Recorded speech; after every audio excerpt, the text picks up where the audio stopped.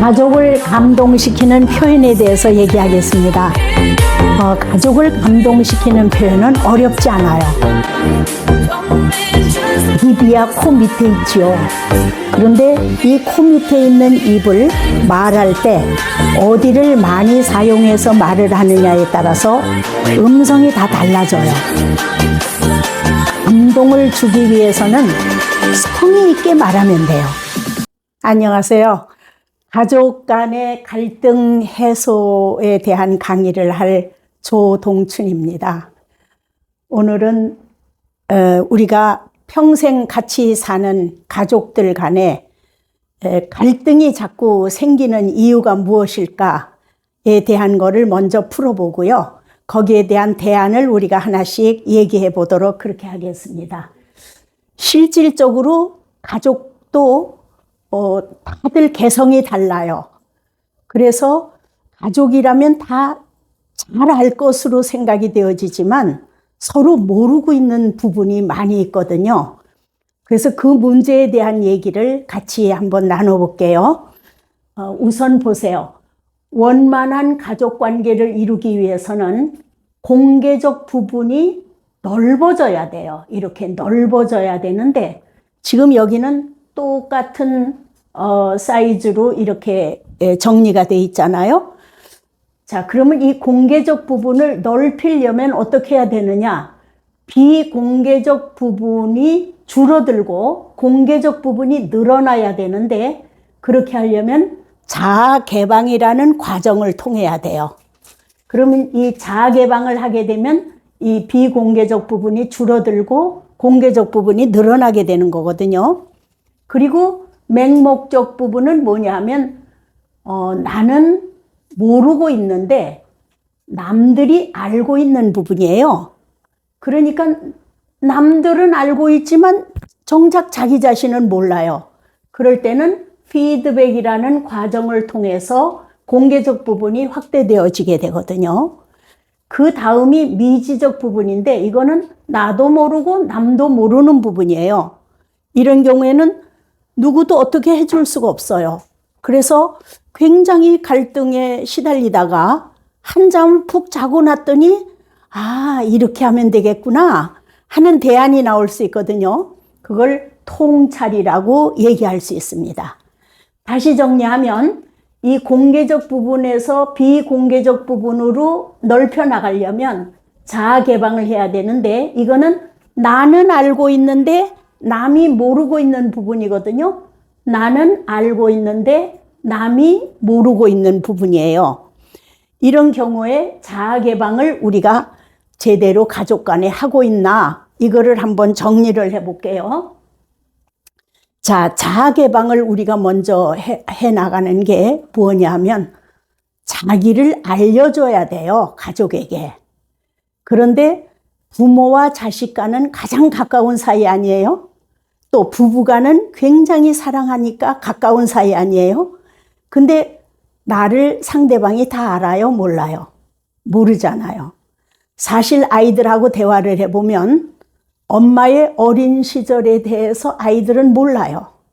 아빠의 어린 시절에 대해서 아이들은 몰라요. 그 아이가 태어나서 본 그 이후부터만 알게 되어져 있거든요. 그러니까 부모와 자녀 간에는 어떻게 해야 되느냐?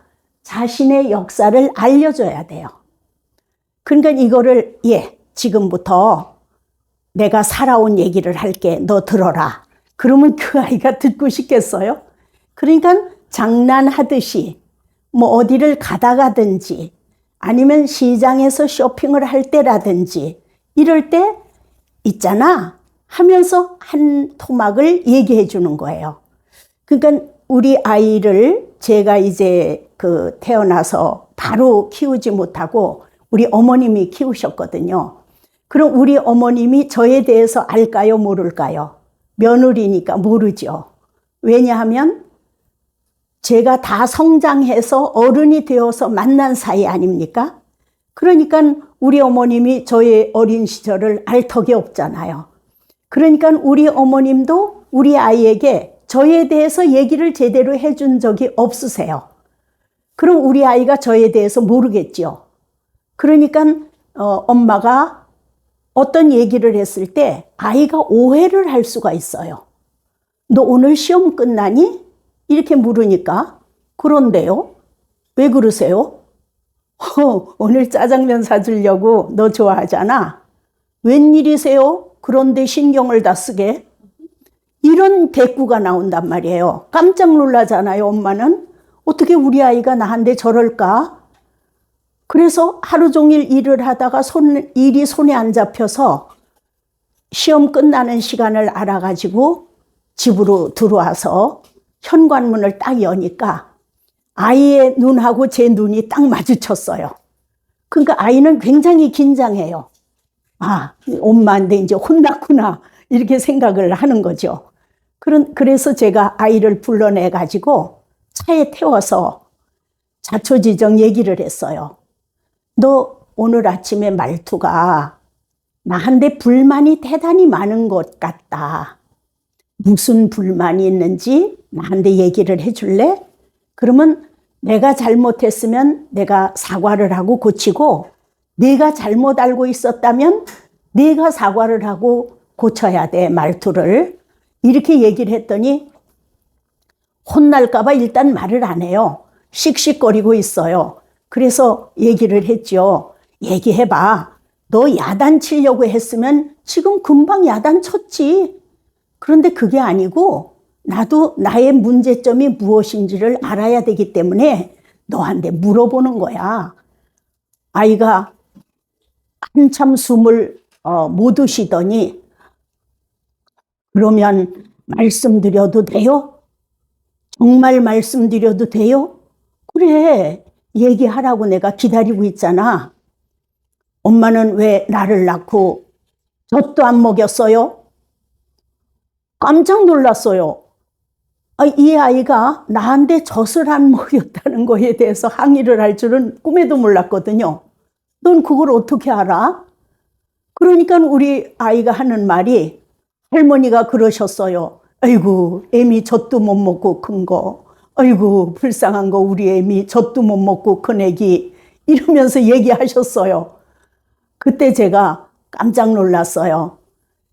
젖을 못 먹이게 된 사유는 얘기를 안 하시고 못 먹인 결과에 대한 것만 얘기를 하니까 아이는 자기한테 사랑이 부족해서 젖을 못 먹였다고 생각을 하고 있었던 거죠. 그러니까 엄마에 대한 좋은 감정이 없어진 거예요.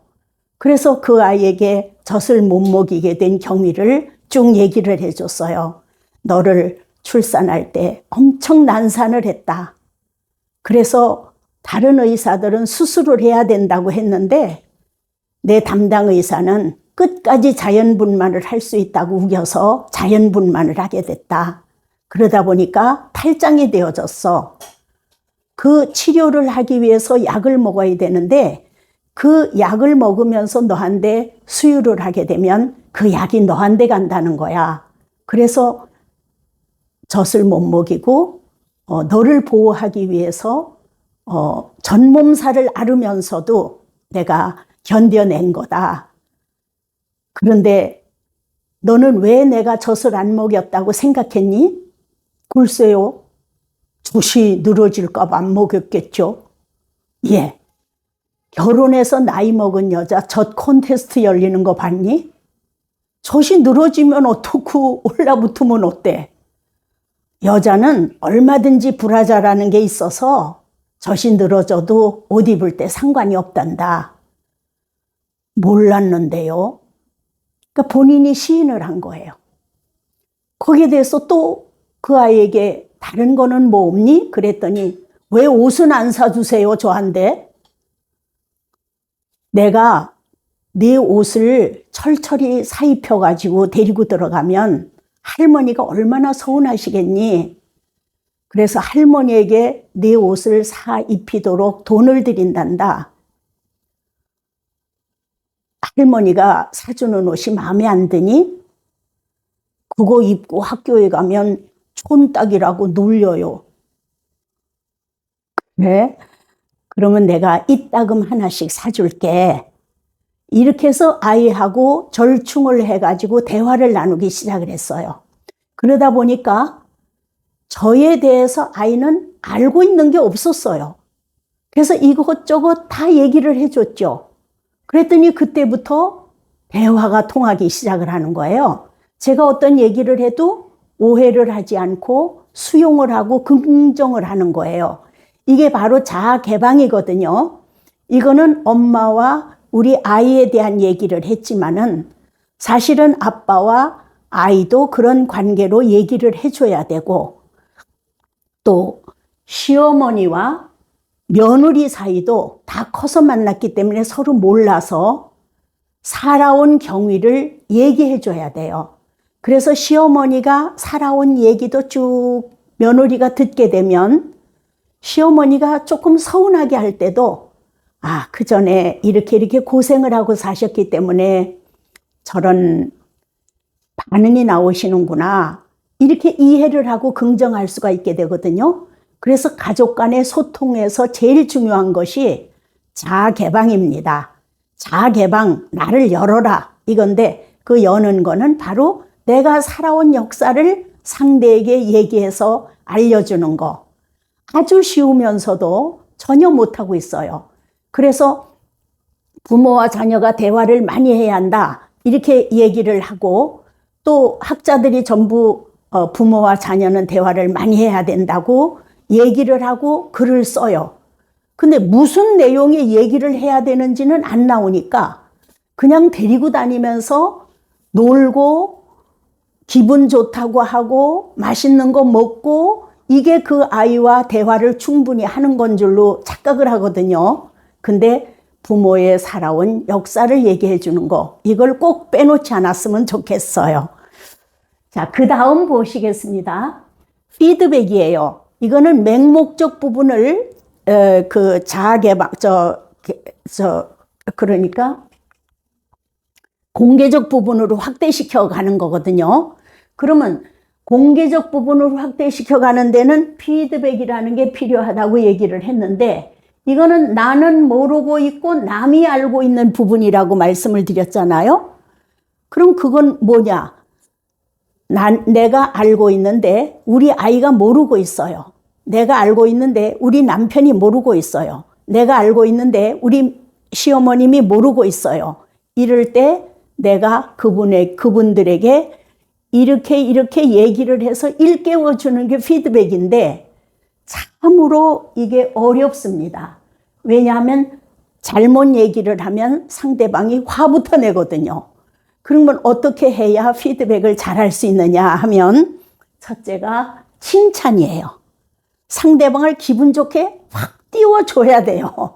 그래야 받아들일 수용의 자세가 돼 있고 방어를 하지 않거든요. 그럼 칭찬을 하고 난 다음에 격려를 해주고요. 그리고 그 다음에 대안을 얘기해 줘야 돼요. 이 대안을 우리가 얘기하는 게 피드백인데, 이거를 하기 위해서 칭찬의 격려까지 하는 거예요. 그래서 이 대안을 마련해 주는 이유가 뭐냐면, 이러이러하게 발전 변화할 수 있기 때문에 요것만 이렇게 교정을 하면 참 좋겠다, 이렇게 얘기를 해 주는 거거든요. 그러니까 남의 문제점이나 남의 단점을 얘기를 하는 거는 이렇게 얘기를 합니다. 그 대인관계에서는 성질 급해서 대표로 요구도 먹는 방법이라고 그래요. 상대방의 문제점을 지적했을 때 좋아할 사람은 아무도 없거든요. 그래서 가족이기 때문에 이 문제를 그냥 묻어둘 수 없어요. 꼭 교정을 해야 돼요. 그럴 경우에는 꼭 이 과정을 거치는 게 좋겠다는 것입니다. 첫 번째, 칭찬을 해줘라. 그리고 당신은 참 어디에 나가서도 훤해, 멋져, 이렇게 얘기를 해주고, 당신이 한 말씀 할 때는 더 좋지. 그래서 늘 사람들은 당신한테 귀를 기울여. 이렇게 얘기를 해준 다음에, 근데 그 얘기할 때 여보, 요러요러한 점이 조금 불안해. 요것만 조금 조심하면 좋을 것 같아. 이렇게 얘기를 해서 대안을 마련해 주고, 그 다음에 그러면 당신은 아마 누구보다도 멋진 그런 그 대인관계를 할 수 있을 거야. 이렇게 얘기를 해주면서 희망을 제시해 주는 거. 이게 이제 우리가 피드백을 잘하는 방법이다. 이렇게 볼 수가 있겠습니다.